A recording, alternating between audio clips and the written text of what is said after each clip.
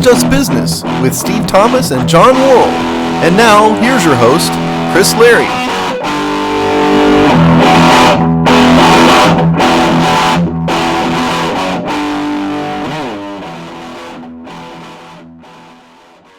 Hello and welcome to another episode of It's Just Business on the Hogstye Network, the show where we look at the dollars, the cents, the lack of sense, all of that stuff involved in the sports media industrial complex. Two-man gang. Steve, how you doing? I'm doing all right, and John's out again. John, please report in. If you're out there.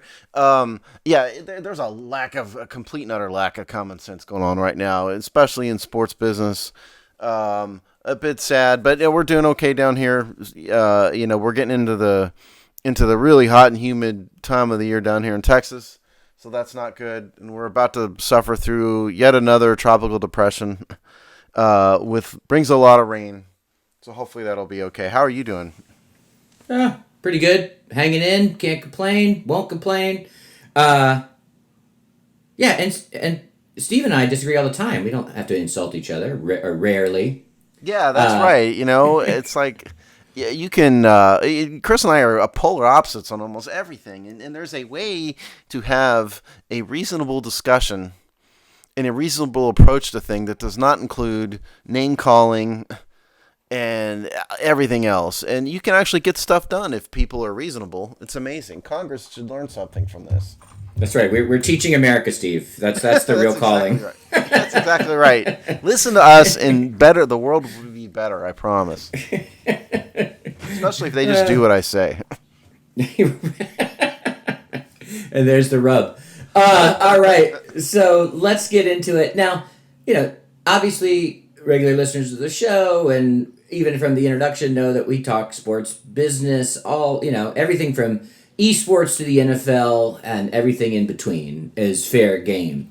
And we normally like to stay away from the Washington football team topic, not because we don't want to talk about it, because that's the flagship show of the Hogstye proper, and they usually cover those topics pretty extensively. Everything from who's going to be the third string left tackle to these bigger team issues. But it's hard to do a sports business show and not discuss Days of Our Lives Dan Snyder at this time. So we are going to jump into everything going on off the field, I guess maybe is the best way to put it. We don't have it on the field, and I feel sorry for Ron Rivera. But geez, it's been a busy couple of weeks in the team land here in Washington. Oh, God. I think it's been the worst about 10-day news cycle for the Redskins in Dan Snyder's tenure as owner, and maybe of my entire lifetime. I don't think the team has ever really suffered through quite this much stuff going on all at once, because there's multiple stories. We're going to hit multiple stories here, kids. Well, we're gonna talk about the name change issue for sure, or the rebranding, I guess I should say, and then we've had the scandal, the sexual harassment scandal. Both of those going on at the same time. It's just a massive amount of controversy, and you said it exactly right. I feel so bad for Ron Rivera. He did not sign up for all this nonsense. He came in to run a team and turn a team from a loser into a winner. And what's happened? Now he's the spokesman for the team, basically, because no one else seems to be able to talk to the media, and he's dealing with name change issues, and he's having to talk about sexual harassment in the workplace, which, by the way, includes his own daughter, apparently is an employee of the team. So he's got to protect her. I just can't imagine that when he spent the 8 days or however long it was with Dan Snyder at his house, that Dan said, oh, yeah, by the way, we're going to change the 87-year-old name, and we're about to have a sex scandal break, so get ready to deal with that, coach. It's just crazy.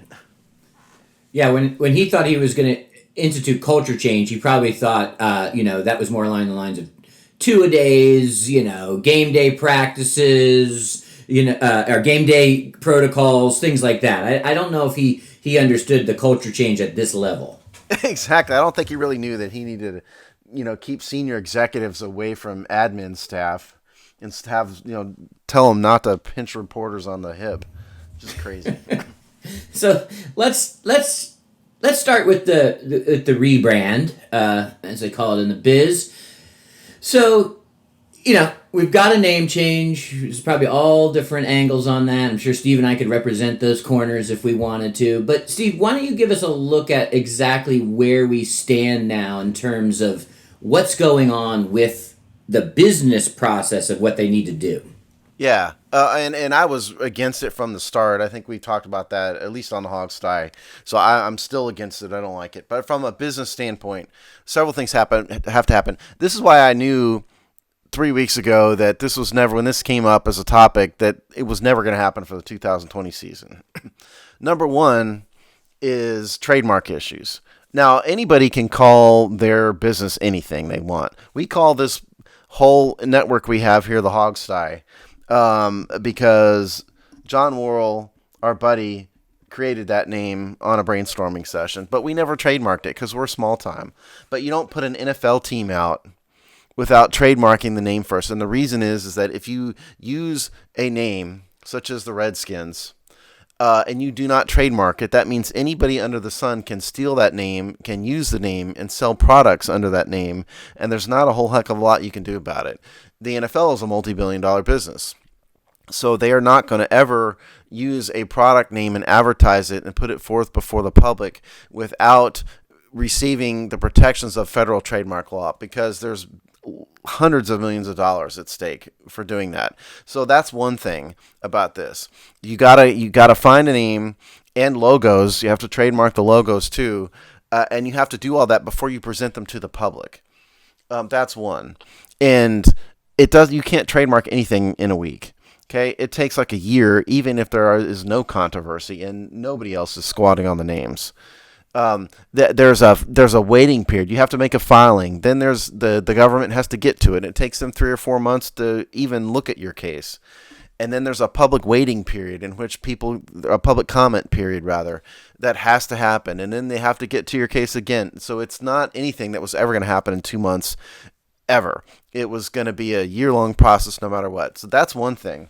Then number two, you have to have a marketing strategy that includes your merchandising partners. They can't just drum up products in a week. It takes them time to design their products with your logos and with your name and get that ramped up. And then you have to create a public marketing strategy, so you can present and sell the products to the public. And all this takes time. You have to redo your website. I can guarantee you somebody's squatting on a new domain name. Whatever it's going to be, somebody has it. That's not the team. So there's a whole bunch of things that have to go into this. And if the former Redskins had just dropped a name, said, we're going to become the Washington Warriors, deal with it, public, here it is. It was never, ever going to work. It was going to be a complete and total disaster if they did it like that. So the only way to go was to say, starting in a year, we're going to have a new name. Now, what the team did, of course, is they dumped Redskins immediately and called themselves a Washington football team. They could have kept the Redskins for another year. Either one would have worked. But the bottom line is 2021 is the earliest this was ever going to happen, generally speaking. I've got a lot to say, Chris, but I don't want to keep talking here. Chris, your thoughts? It's hard to disagree with any of that.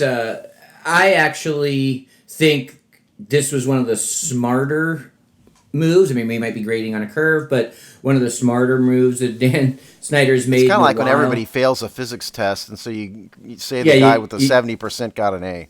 Right, exactly. So I'm okay. I actually think he did a smart move by going generic. I know we probably disagree with this, but I'm okay going generic. You got to wipe the slate clean. They get a year of merchandise sales with the genericism of it. And most importantly, and not only for the very correct reasons, Steve, that you outlined in terms of just the legal and filing process of trademarks, etc., but also take a breath. Figure out what is going to be good. This is going to have to stick for another 50 some odd years, all things being equal. So, or maybe in perpetuity. So this is not a light decision, and it shouldn't happen at Twitter speed. It should. I mean, the Warriors, Red Tails, Red Wolves, blah, blah, blah. Like it should not be at that level. And so I'm okay actually with the generic approach. You keep the colors and you let everyone take a breath here, and then you put, now this might be the big ask, but you put smart people in charge of a holistic view about what is going to carry the franchise forward. That's going to have some connection to the legacy. It's going to have something that resonates locally. It's going to be something that people are going to want to buy. And you're going to want to feel like there's some kind of measured public conversation with the community and fans of the team that bring people on board. So I know it's a ginormous if, but if they can spend this next 12 to 18 months, which is probably realistically what you're talking about, probably the earliest deadline is to have it in place by, the start of the next season. It's pushing it to even get that done. Right. That would be the ambitious version of this. Then I think that they can get through it in a positive way. And it actually does have the potential to kind of kick off a new era and sort of, this team is stunk on every way you define it, including the field, for so long that the opportunities to clean slate this across the board and all the topics on the team we'll talk about, honestly, backdated to Ron Rivera, is going to be a big opportunity. It could be the life-saving opportunity for Dan Snyder's reign of the team. And so if he botches this, it may be all over for him. That might take years, but he's got to get this right. Yeah, let me clarify my position here. What I was against in the first place was the name change, okay? I think Redskins is fine. I think it's political correctness and nonsense, and people should have just gotten over it. I thought there was no problem with the name, and I wouldn't have changed it. But within that concept, we're not having that discussion here. So within the concept of within the bounds of the discussion we're having, I agree with you that this was the way to go.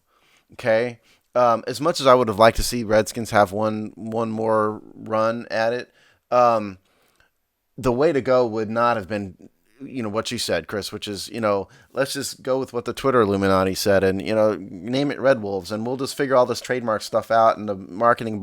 That is a haphazard approach to a $3.4 billion business. And that would have been 100% the wrong way to go. The right way to go, if you're going to do it, which again, we're not having that discussion because Chris and I disagree on that point. But if you're going to do it, the measured approach with the generic for a year is, I hate to say it, the way to go, okay?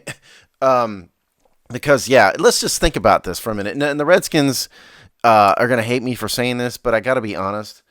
Think about what has happened to this franchise in Dan Snyder's reign. He took the reins over of a multiple-time Super Bowl winning, revered franchise, and he has destroyed every last vestige of what it was. He is, to literally the name. There was a way to handle this name change stuff in a way that didn't completely alienate half the public. And he didn't even do that. And so he's crushed the on-field product. He's driven the fans away. He's even destroyed the name of the team. He has truly destroyed everything.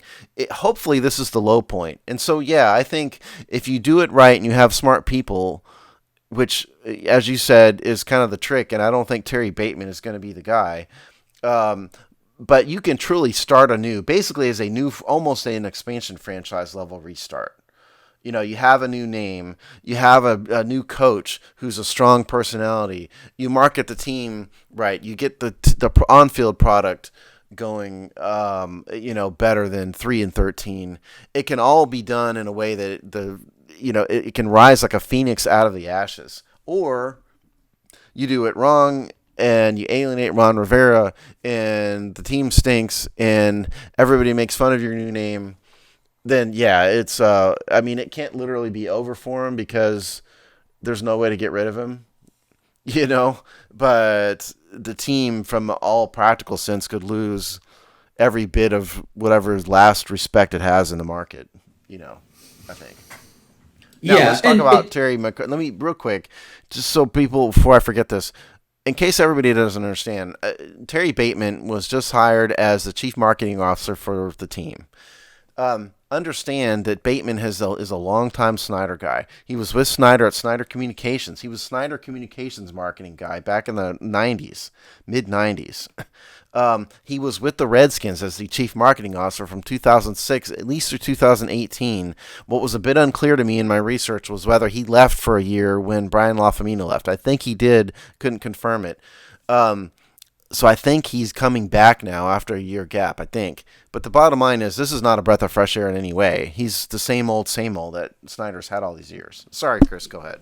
No problem. And that, yeah, it's not a great hire, or at least it's not a great hire in terms of you think that you're turning over a new leaf, bringing in new blood.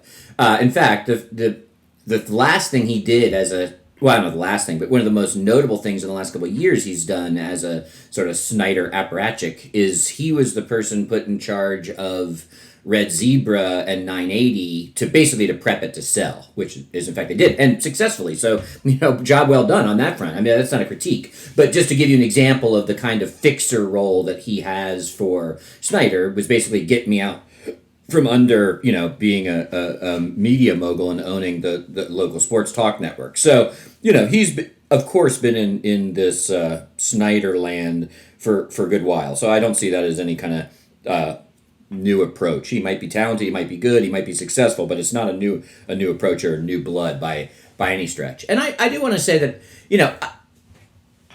I think the name should have changed. But that doesn't mean I don't have a deep sense of nostalgia, a little bit of mixed emotions, all of that. So and I acknowledge that it's sad. It's a loss. Like I don't want to say that I'm just like sitting here like full throated rooting for it or don't have mixed feelings about it. And I think that's partly why I think the year genericism helps, right? Because I think it does give. Well, I'm really leaning into my PC warrior stuff, but it gives a little bit of healing, for everyone, right? Because it just kind of like lets it sustain. Here's an interesting piece of this that's even more businessy that I can't stop thinking about. And that is that we know there is an internal ownership struggle, or at least we know that the minority owners won out. They tried to take over. They've hired a brokerage to try to facilitate it. This is all known. This is not, we know this. I cannot help but think that the FedEx move, Fred Smith's FedEx move, which was the trapdoor, when FedEx said, we need you to change the name, that was the trigger. That started everything. And I know that we're roiled in all this, social unrest and George Floyd aftermath and all that, but I do think the team could have survived that, potentially. Might have been tough, but they might have been able to survive that. It is unquestionable to me that the FedEx Fred Smith move was the trigger. Snyder couldn't withstand that. And I don't think Fred Smith's, some great SJW or whatever. I think this was a counter move in the internal ownership struggle. And that FedEx knew and probably lined up he probably had conversations at the executive level with the Nikes or some other people. And that was the nuclear option in their internal ownership struggle. And I don't think it's talked about enough that really is what's going on here. It's easy to blame or easy to give credit, whatever side of the fence you're on, to the social times, etc. But this to me was a power struggle amongst ownership, and they knew where the jugular was here. Oh, yeah, 100% correct. 100% correct. I don't think Dan Snyder cares a whit about the social part of it at all. He said that openly. He does not care. And Fred Smith is not a Washington, D.C. native. Robert Rathman isn't. And the other guy, Dwight Scharr, none of them care about this. They are businessmen from all over the place. They have been longtime Snyder investors. They don't care about the name change. It's 100% a power play. Because, listen, I mean, think about this for a minute. What happened? FedEx sent a letter. How it kicked off is FedEx sent a letter. The FedEx General Counsel sent a letter to the Redskins General Counsel that said, we need you to change the name. Well, that is not something they just dreamed up out of the blue. This is something that, takes planning, coordination. They're tired of Dan Snyder's ownership of the team. They tried to grab the team from him. It failed, but this was just a way to kick off a power play or maybe end a power play. more accurately stated, that's 100% correct. I don't think Fred Smith cares a bit what the name of the team is. Zero. It's just a matter of they've seen the value of this franchise, not the value, the the rise in value of this franchise is at a much lower curve than other franchises. And the way you know that is the Redskins franchise was number 2 or 3 in the league for years behind the Patriots and the Cowboys.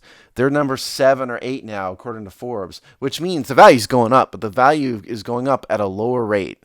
And that is because of Dan Snyder's ownership, and that's what Fred Smith and Dwight Schrute see. And so, yeah, I don't think they care whatsoever what the name is. This was a power play to take over. It didn't work, and so now they're trying to get out.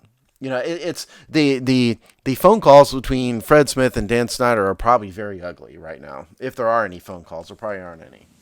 Yeah, I mean, it's almost like a losing army, right? As they retreat, slashing and burning just to enact damage. Because it's the Iraqi army burning the oil wells after the Gulf War. Right, because by all reporting, that sort of hostile takeover type move was a little 6, 8, 12 months ago. It wasn't not fresh. Now, it doesn't mean the tensions are bad or they went out. All that's sustaining. But the actual, we're going to try to wrestle, majority ship owner from Dan Snyder was a bit time ago. And so I think they laid in wait. The society at large gave them cover, and they knew right where to punch at the gut, and it worked, right? And I don't think it worked in terms of getting them. I think they already knew that their takeover was done, but it worked to deeply damage Dan Snyder. Because this is personal to Dan Snyder. Dan Snyder is a Washington native, Maryland native, and he cares about the name the Redskins as much as I do. And yeah, it was a punch to the nuts. On the way out. That's exactly right. Couldn't have said it better. Let's talk real quick about trademarks. I went over the process kind of briefly. There's a guy out there who's squatting on a bunch of trademarks, okay? Martin McCauley. Y'all know him. I spoke to Martin McCauley in conjunction with my role as the editor of the Hogsty. I have spoken to him multiple times. He has, I don't know, maybe 15 different marks. He did this. He said he started out doing it as a hobby and it just kind of exploded and it got out of control. I think what he told me more importantly, though, is that he is willing to help the team out. He is willing to give the team whatever mark they want, and he's not going to put up a fight. He has contacted the team directly, and his lawyer has contacted the team, and they have not responded to any of those communications in recent years. He got a response 5 years ago in 2015, but not recently. At all. So whatever you think of Martin McCauley and his motives and all that stuff, understand that what I can confidently say, because he told me personally, was that he will not stand in the way. If he has a Redskins new name, he's going to give it to him. So that's Martin McCauley. I have one piece of advice for Martin McCauley. Model trains. Instead of trademarks? Yeah, get a better hobby. Jeez Louise. It's a strange hobby. Yeah, figure it out. There's way more time. Give me a call, Martin. I'll give you 100 alternatives to ways to spend your time. Believe me. I like playing electric guitar. I do that a lot as a hobby. Pick up a guitar, a piano, maybe. Trains. Right. For the amount of money he spent on trademarks, he could get a hell of a train set. That's right. Yeah. You can find other expensive hobbies even. They don't have to be cheap, right? Yeah. Hey. No, it's wild. I do think it's bizarre. There's so many bizarre things, but we'll obviously continue to track it. I can't believe how many times I'm actually defending Dan Snyder a little bit, but we'll get right back to bashing him in a second. But I also don't. Here's a big point that is from this part of the conversation. Dan Snyder has so little social capital, any way you define it, with his peers as league owners, with the Washington fan base, as a successful business owner of a team, the team has been horrible. He has zero friends. He doesn't have a secure ownership group, and so it's so remarkable. He fired his drinking buddy. That's right. That's true. He has such a lack of any of that that even kind of the most milquetoast announcement, like saying we're going to spend a year with a generic name, just brought so much gnashing of the teeth. Like the native activist groups still weren't happy. The national media took it as another opportunity to kick him.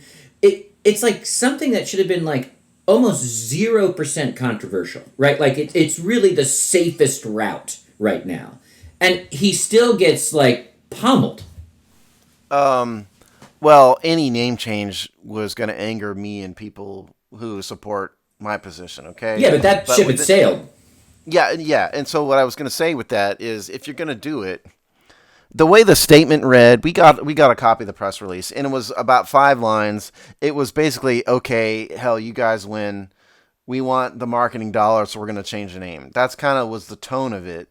And he could have come out with a long sort of not apologetic but sympathetic statement, that said, certainly we respect and honor the tradition of this franchise going all the way back to the Boston Braves to the Washington Redskins, but the nature of society has changed, and so what we would like to do is set forth a new era of Washington football.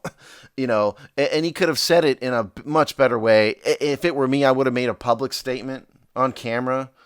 But that's just not Dan Snyder. He's a terrible public speaker. He does not charismatic. It never goes well for him. But I think almost any other owner would do that. You'd better believe, like, if the Patriots were going to change the Patriots nickname, if the New England franchise is going to change the Patriots nickname, Bob Kraft would do it at a press conference. There's no doubt in my mind. And that's just not Dan Snyder, and it always goes poorly for him. And so what we get, a mealy mouth, short, okay, fine, we need to make our sponsors happy statement. And so, yeah, it just didn't go well for him. They didn't handle it well in any way. It's just, look, like I said, this is going to get me in trouble with the franchise, but you got to be honest. He's not a leader. He's not a manager. He doesn't appear to have the inherent personal characteristics necessary to lead a franchise or an organization. He needs somebody strong to do it for him, and unfortunately he's had 20 years of Vinny Serrata, who was a rat, and Bruce Allen, who was a selfish narcissist. Selfish, I guess it's saying the same thing. An egotist and a self-centered narcissist. He's not had anybody good around him. It would have gone much better if he'd had a strong personality out there to kind of run things for him, and he could just sit at home and just be the owner. But it's just been terrible. You're absolutely right. We've both been, through our careers and jobs, lots of opportunities to interact with corporate communications, etc. Have you ever seen, I'm not talking sports, I'm talking, have you ever seen a business or even nonprofit entity, any entity that has to communicate with the public, write worse press releases? I mean, they do lots of things terrible. horribly, but just to zero in on that, they are like, they're like high school quality press. I mean, they're just horrible press releases. Like, who is writing these? Yeah, I don't know if it's who's writing them. Maybe Dan Snyder's writing them himself. We don't know. But the press releases are terrible, terrible, terrible.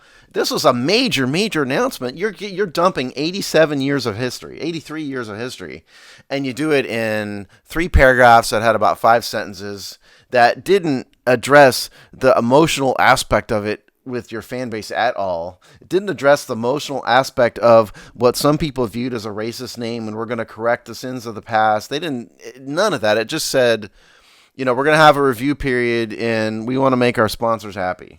It's just terrible. And again, we don't know who wrote it and anything. Maybe Dan Snyder pounded it out on his Commodore 64, from his home office, but I don't know. You could write a better press release just using a Microsoft template. I could have dreamed up one off the top of my head without writing anything that would have been much better. Yeah, and this is a good transition because, this isn't just an isolated case. You look at the press release that came off the back of the Washington Post story. You even look at the one where they announced that we're investigating the name change, and then the name's going to end. Investigating in air quotes. Yeah. When you say investigating with this team. I mean, there's been like 4 straight, like, Hall of Fame bad level press releases from this team, which is, that's 101 level stuff for any kind of corporation or entity that has to communicate with the public, a press release. Oh, yeah. Yeah, and the next bad thing, which is Chris was alluding to, is obviously the Washington Post column. If for those of you who've been living under a rock, the Washington Post had an expose that they talked to 15 former former employees of the Washington Redskins, and then Rhiannon Walker from The Athletic and Nora Princicati, is that how I pronounce her name, who used to be with, I think, the Washington Examiner, maybe. Don't quote me on that. Former Redskins beat writer, all of whom said that they suffered to one degree or another sexual harassment at the hands of team employees. And in the case of Walker, an assault, in the form of being pinched on the backside or on the hip, I guess. That's nobody should be surprised that this happened. First of all, I applaud the women for having the courage to come forward. And they had one who came forward, Emily,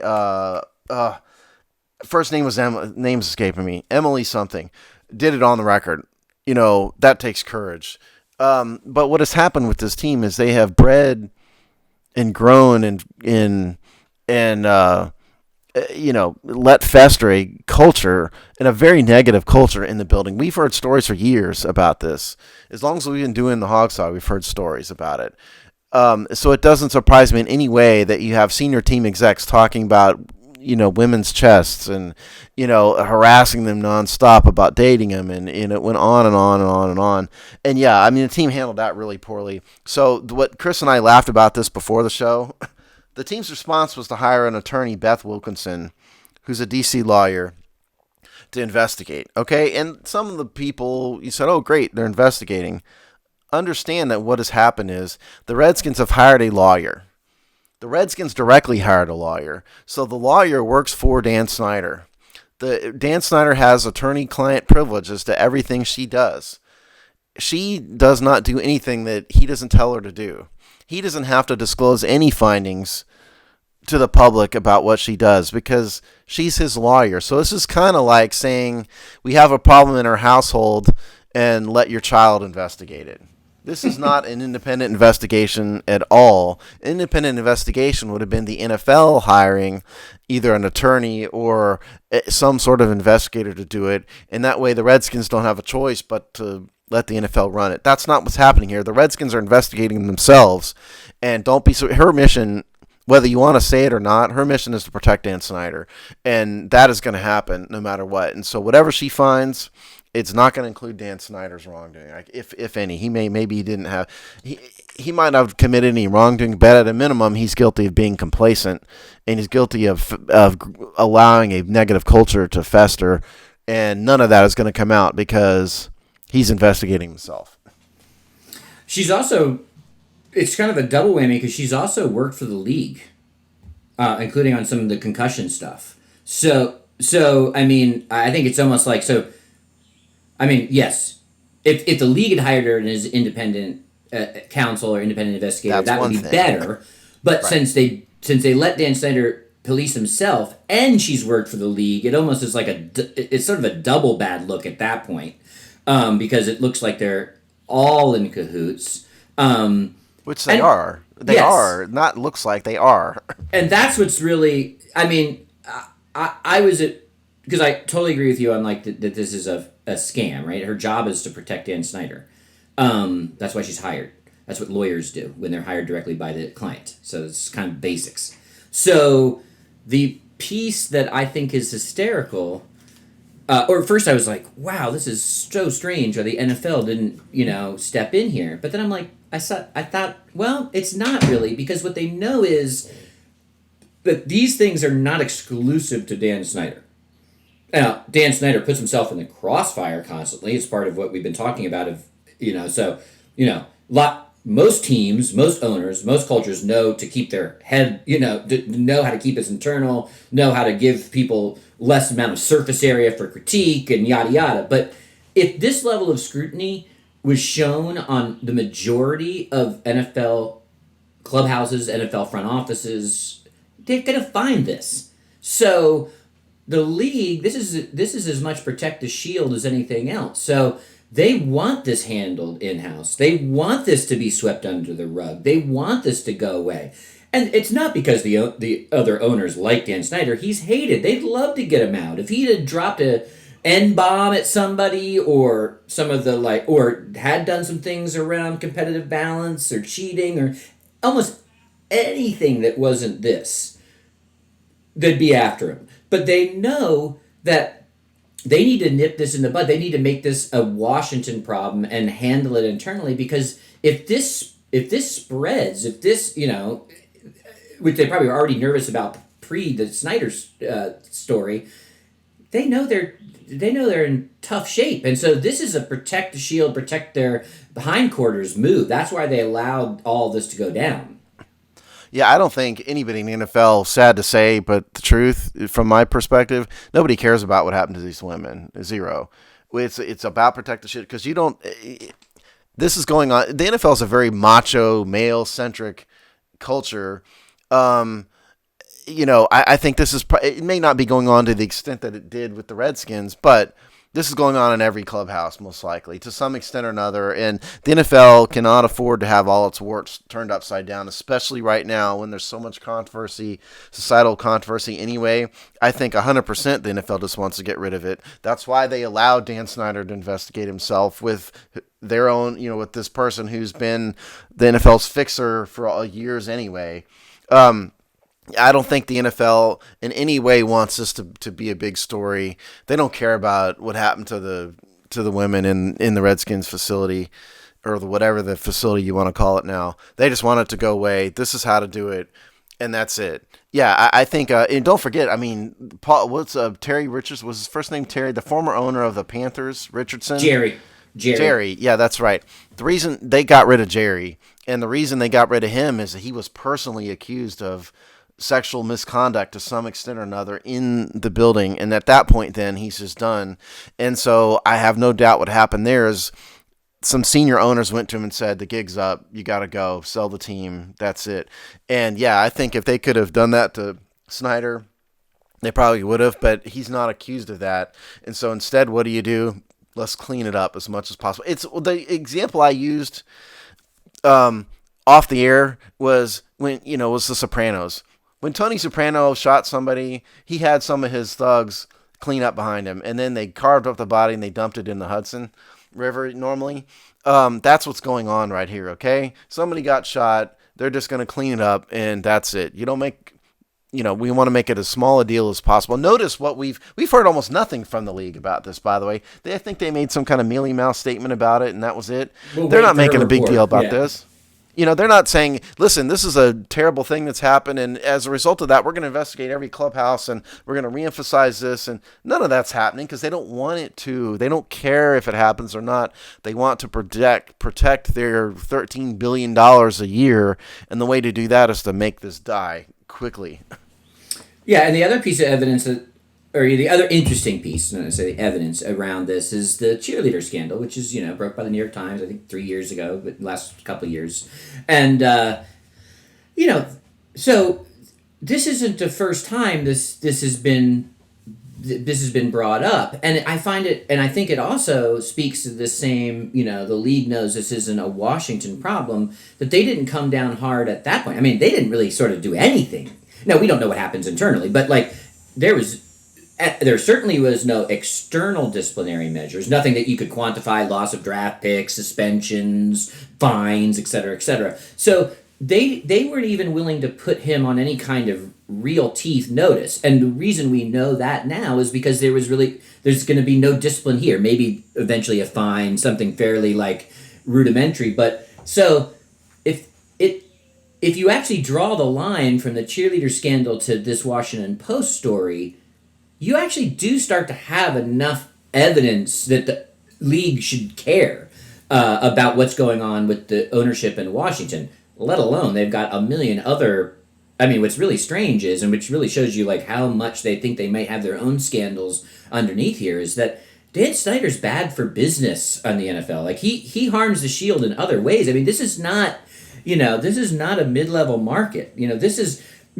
You don't have presidents and senators showing up to sit in the owner's box anymore. This isn't the thing to do with Washington, this is not even political, but this, even 10 years ago, Washington's an important market. It's the sixth biggest media market in the country.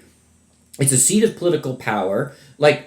that's important. That has gotten so destroyed. They don't even have that. So they have many reasons to be frustrated by Snyder, and the La Famina hiring and then firing probably was that was their Hail Mary on trying to fix this. So I find it really surprising how, well, not surprising. I just think it's such evidence that they're worried about this scandal erupting other places, because in many ways this is their golden opportunity to muzzle this guy.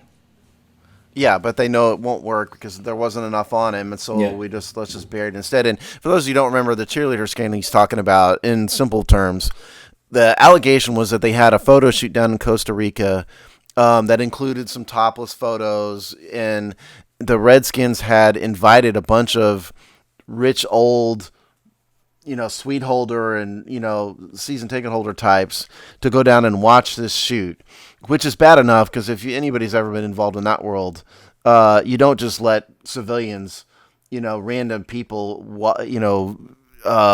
watch risque photo shoots and film sets and stuff. That's bad enough, and then the second part of it was allegedly the Redskins official in charge told the cheerleaders to take these old men out to a nightclub in Costa Rica, basically to have, serve as arm candy. There was no allegation that they were told to sleep with them, anything like that, but all that's bad enough. And yeah, I mean, the NFL just instantly buried that. Why? Because I bet you there's probably a lot of teams have a lot of sweet holders watch these things, and they just don't want that to get out. And the Redskins are the ones that are dumb enough to get caught, of course, because it's, they're just a dumb franchise in a lot of ways. That's what the cheerleader scandal was. And yeah, notice that there was no discipline, no word, no anything. It was bury this as soon as possible. They fired the mid-level team official, and that was it.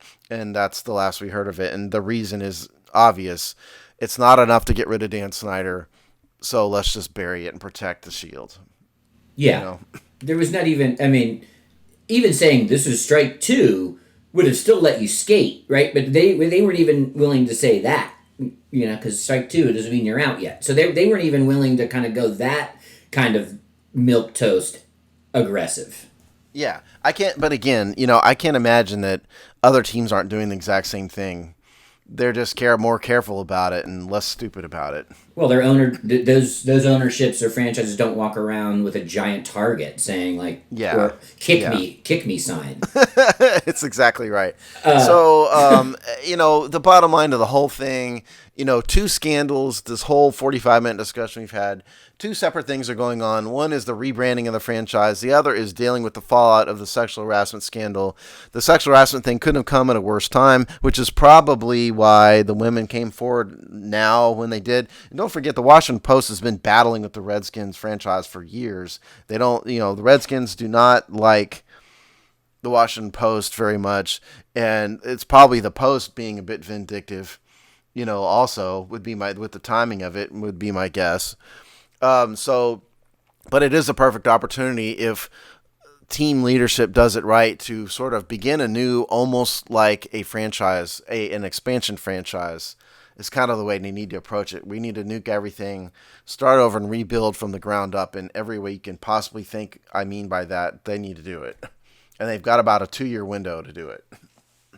Yeah, that is hard to hear. I'd say the one emotional thing I'd love to keep is I think the thing that'll make me the most sad is if they lose the colors. The burgundy and gold is important to me. I think if they can keep that as the kind of throughput, the connection, I would be sad if they abandon that. Well, Terry Bateman did tell the media.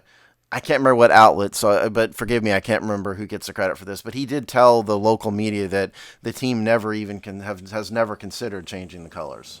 I think that'll be important. Well, anyway, we'll continue to track this story, of course, because it will continue to be a business story. And thanks for letting me co-host an episode of the Hogsty.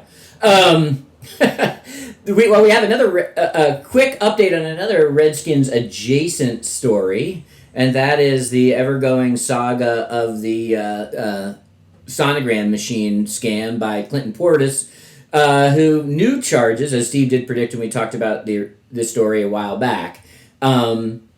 This one makes me so sad. But Steve, why don't you give us what these new charges are? Yeah. So Robert McCune, Clinton Portis, and others were indicted by the federal government, last year? I believe it was in 2019, for medical insurance fraud. And the simple version of what they were doing was basically the NFL has some benefits wherein players can get medical equipment that they need to deal with injuries that they have, and the cost of it's covered via reimbursement. So they were they were submitting phony documentation for purchases of all kinds of medical equipment that was very expensive, that they didn't need, that they never purchased. And so it's basically money laundering and conspiracy to commit wire fraud and insurance fraud. So we did this story before, and I spent several hours reading the indictment and doing some math on the amount of money they had versus the indictments that were made. And what I realized is there's a lot of money here that is unaccounted for. And so based on that, I predicted there would be new charges. And lo and behold, we are recording this on Saturday morning, and my nemesis, Mike Florio's, his site reported just this morning that there is now a superseding indictment against Clinton Portis and Robert McCune and the others. What that means is essentially they have added charges. I have not had an opportunity to read the new charges yet, but this is exactly what I predicted, because a lot of the money was missing, and clearly the FBI has found it now, and they are upping the ante on these people. So, Clinton, if you're listening to this, and it's not impossible to think that you are, settle this case immediately. Cop a plea and be done with it, because it will not go well for you if you go battle the Justice Department, because they almost never lose. Oh, Clinton. This bums me Robert out. McCune is, by the way, the guy that's really up the creek. Whereas he was just reading the charges, he was the ringleader. He's got way more charges than everybody else. And now they're adding to it. So McCune is the guy who's really up the creek without a paddle. And he was a former Redskin, by the way. But yeah, I mean, my advice to all these guys, cop a plea, be done with it, because it's just, you're not going to win it. You aren't. They've got you. They don't make look. The Justice Department does not publicly arrest and charge public figures and make statements to the media about it unless they don't have you dead to rights. And this is right up the FBI's alley. Investigating stuff like this is what they do. You know, we can get political about all this, some of the stuff that's going on, but in terms of investigating crime, nobody is better than the FBI. Nobody. And I can almost promise you they've got you. They've got you, dude, and you need to plead it out. Flip on McCune might be the best piece of advice here. If they even need your evidence. All right, well, we'll see. Well, I really hope Clinton can stay out of prison, so we'll see. I don't know, man. It's tough. He's not staying out of prison unless he goes to trial, and that's a real roll of the dice. That Justice Department has like a 99% conviction rate. So sad. Such a reverse car wash, this franchise. Reverse car wash, I like it. So we have one more quick story as we get out of here, and that is we always love to see what's going to happen in the Monday Night Football booth, and similar actually to pausing the name, it seems like ESPN would love to not rush into a decision, especially in a wacky year like this. So it looks like, and this rumor had been coming around for a while, but they have a successful football booth. It just happens to cover college football. So it's Herbstreit, and who's the play-by-play guy? Chris Fowler. Chris Fowler, that's right. Long way from covering high school sports, which is where Chris Fowler started at ESPN about 25 years ago. I didn't know that. Yeah. So and they probably will end up in the booth, not because they're very talented at what they do, and ESPN can trust them, and they can steward the brand for a short while without damaging it. But really, what is going to probably bring this opportunity is they're not going to have to mess with something that works, because the chances of big-time college football happening are, vastly diminishing. I mean, you might have seen that the entire Michigan State football team is on 14-day quarantine. And so they're probably just hedging their bet. Let's put our talented, where there's actually going to be football, let's put our talented people there for a year and delay any kind of real-time decision-making on this before we have to. Yeah, so this story comes from Front Office Sports, and we've been sitting on this for a while. It was actually published in June. We just didn't get to it till today. Called ESPN's new Monday night team hinges on college football. That's the source for this. And basically, the story is, as Chris said, if Herbstreit and Fowler are not doing college football, they're going to dump them in the Monday night booth. The more interesting part is that if it's not Fowler and Herbstreit, then ESPN really just intends to grab a bunch of in-house guys and not try to go, make another run at Peyton Manning or somebody like that. They're just going to the internal candidates that the article lists are Louis Riddick, Dan Orlovsky, Pat McAfee, Steve Levy, Dave Pasch, and Brian Griese. Those are apparently the backups behind Herbstreit and Fowler. Frankly, I think maybe, what's a bigger property, Monday Night Football or college football? Probably Monday Night Football. I would maybe move Herbstreit and Fowler even if there is a college season. Don't you want your best team to be at the number one property? I think it's probably a good idea no matter if they play college football or not. Yeah, and I had read that was a possibility, but I just think it's almost like damage control and well, we can delay on the decision. And I think what they really are delaying on, even if you do get a Dan Orlovsky, Louis Riddick booth for this year, is they're waiting. There's going to be a round of retired quarterbacks. You're talking Drew Brees, you're talking Tom Brady, you're talking, Aaron Rodgers, and not necessarily in the next couple of years, but you're going to, we got a legendary class of quarterbacks that are all going to retire in the next 1 to 5 years. And I think they prefer, if they can't get Peyton Manning, they prefer to cool their jets until a Drew Brees drops in their lap. The rumor is Ben Brees has a media deal already set up. Yeah.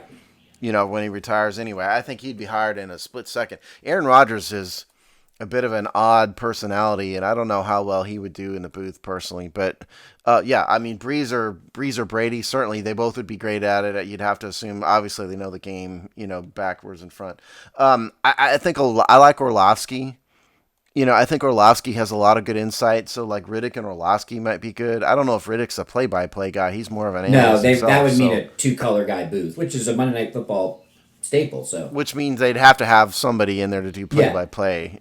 But point is, yeah, that may be it. If they can't get Herbstreit and Fowler, maybe they're waiting for another big name to pop up.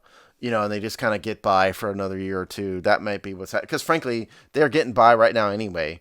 Putting Booger McFarland and Jason Witten and who was the other guy? Tessitore there. Yeah. Comparative no names in the announcing world anyway. It's not like you had Madden in there, or, Al Michaels, any of that. So we'll just have to watch it. And again, my vote, if ESPN is listening, would be just move Herbstreit and Fowler to be done with it. You got a lot of guys who can do college. Move the number one team to the number one property. That's what I would do. Don't wait. Don't gamble because Drew Brees may be grabbed up by Fox or NBC anyway. You're not necessarily guaranteed to get one of those guys that are coming out. So you've got a superstar now, and Herbstreit especially, and he's really good, and he's one of their most valuable commodities that ESPN has. Just do it. Do it and be happy. Yeah, I imagine their hesitation is he has no real connection to pro football, but I think that's probably they could probably overcome that.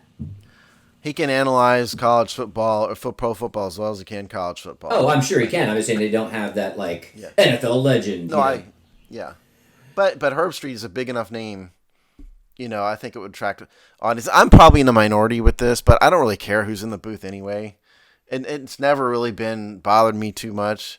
But I'm sure I'm a minority because a lot of people care about this. But I just think I think Herbstreit's a big enough name that he would be great at it. I definitely think a good team really adds value to the watching experience. Now, listen, if there's just two knuckleheads on the third or fourth game, it doesn't detract my enjoyment.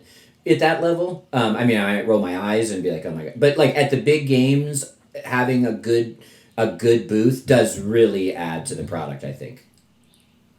Yeah, my minority, certainly my opinion is not what the majority of people would think. All right, well, that brings us at close.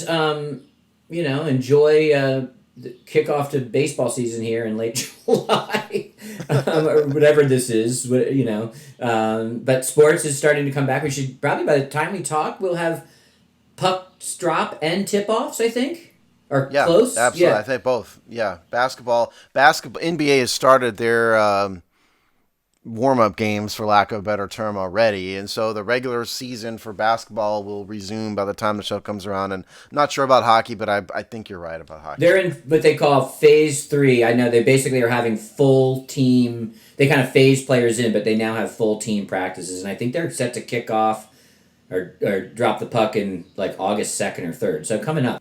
All right, that's it for us. See you in 2 weeks.